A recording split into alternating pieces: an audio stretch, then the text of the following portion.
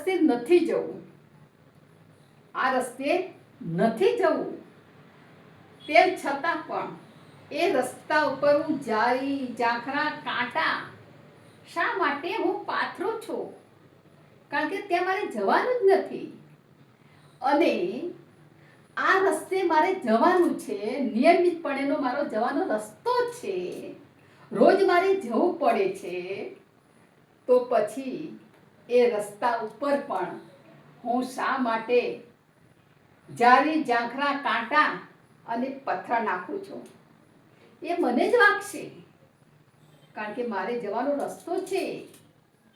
આ જ રીતે આ સંસારમાં કુદરતે જે આપણે જિંદગીની સફર આપી છે, અને એ સફરમાં જે માણસો સાથે આપણે રહેવાનું છે, જેમની સાથે જિંદગી બસર કરવાની છે, જિંદગીના છેલ્લા શ્વાસ સુધી પણ એમની સાથે રહ્યા વગર છૂટકો નથી.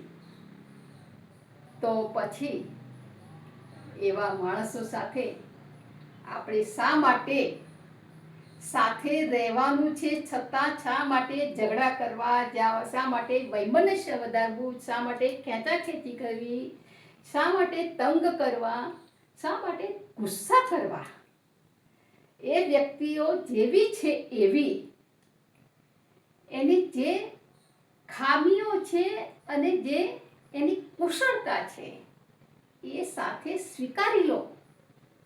અને એ જે એની કુશળતા અને નાની નાની ખામીઓ છે એ સાથે જો એ વ્યક્તિને સ્વીકારી લઈશું તો એમાં જ એની સુંદરતા ગણાશે.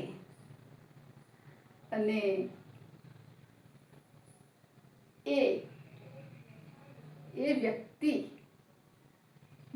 આ જે ખામીઓ અને કુશળતા સ્વીકારીને એને અપનાવી લઈશું, એમની સાથે રહીશું, તો એ વ્યક્તિ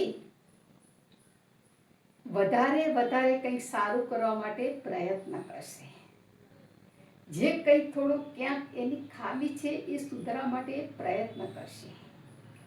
આમ જિંદગીની આ ફિલોસોફી છે કે જેની સાથે રહેવાનું છે એની શા માટે બગાડવું, અને જેની સાથે નથી રહેવાનું એની સાથે પણ શા માટે બગાડવું?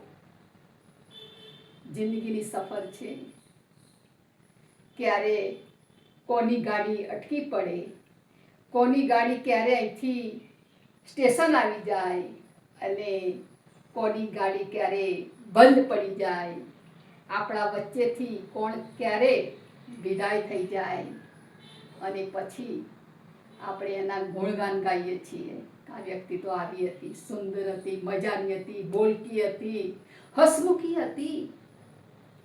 પણ એટલું જો એની હાજરીમાં કહ્યું હોત ને તો કદાચ એ વ્યક્તિ બીજા 2-5 વર્ષ જીવી નાખત એ શબ્દોના સહારે.